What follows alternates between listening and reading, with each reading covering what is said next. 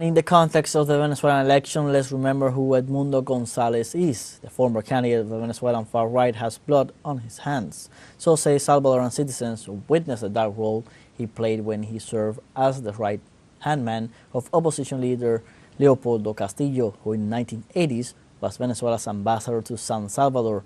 Our correspondent Roberto Hugo Presa has the testimonies from people who witnessed that questioned chapter of Venezuelan opposition.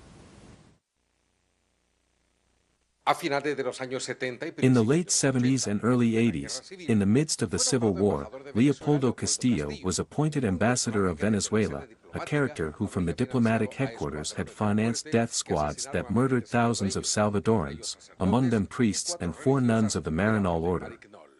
Former guerrilla commander Nidia Diaz recalls that the conspiracy plan to torture, capture, disappear and kill opponents was planned from the Venezuelan embassy and was directed by Leopoldo Castillo,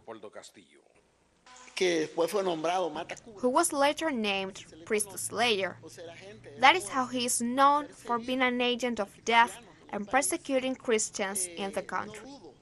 I do not doubt that he may have known or linked in some way to the murder of San Romero, because later we learned that he was also involved in the murder of Marignol nuns that happened in November of 1981-82, and they also murdered many priests. Nidia Diaz recalls that while she was a prisoner of war, 2 people from the Venezuelan embassy came to interrogate her. One of them was Castillo, whose closest collaborator was the far-right representative, Edmundo Gonzalez. Veteran diplomat Ruben Zamora says that at that time the United States maintained interference operations in Latin American countries and that the Venezuelans were accomplices in several crimes, which shows that Venezuela tolerated and harbored confessed terrorists.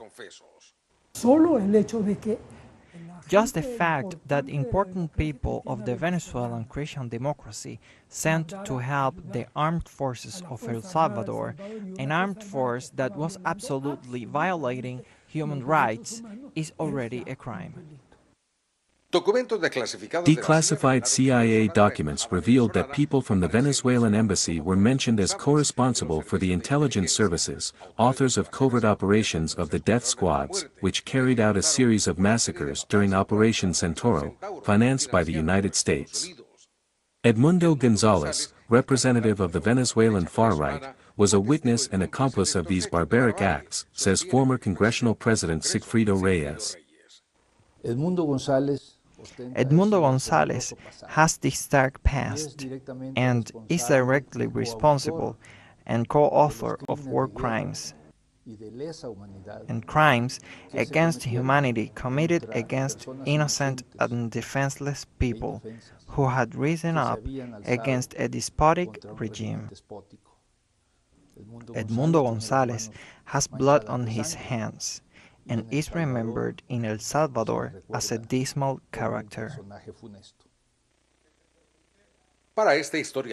For this historian, the Venezuelan ultra-right wing was used by the United States for its political ends, an interference that has been maintained for years. The United States had its interests in containing the advance of the revolutions in the Central American countries, and Carlos Andrés Pérez wanted international prestige. That is how hunger and need came together in the Salvadoran conflict, and that is how Venezuela entered since then. And even now in El Salvador, there is a group of Venezuelans working for the government of President Bukele, linked to the right wing against Chavismo.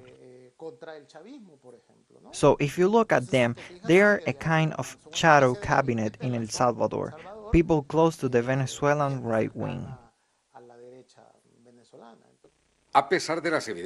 In spite of the evidence and documents that have been declassified, both Castillo and Gonzalez have denied such actions by an interfering government that was acting in complicity with the destabilization plans of the United States. Roberto Hugo Presa, Telesur, El Salvador.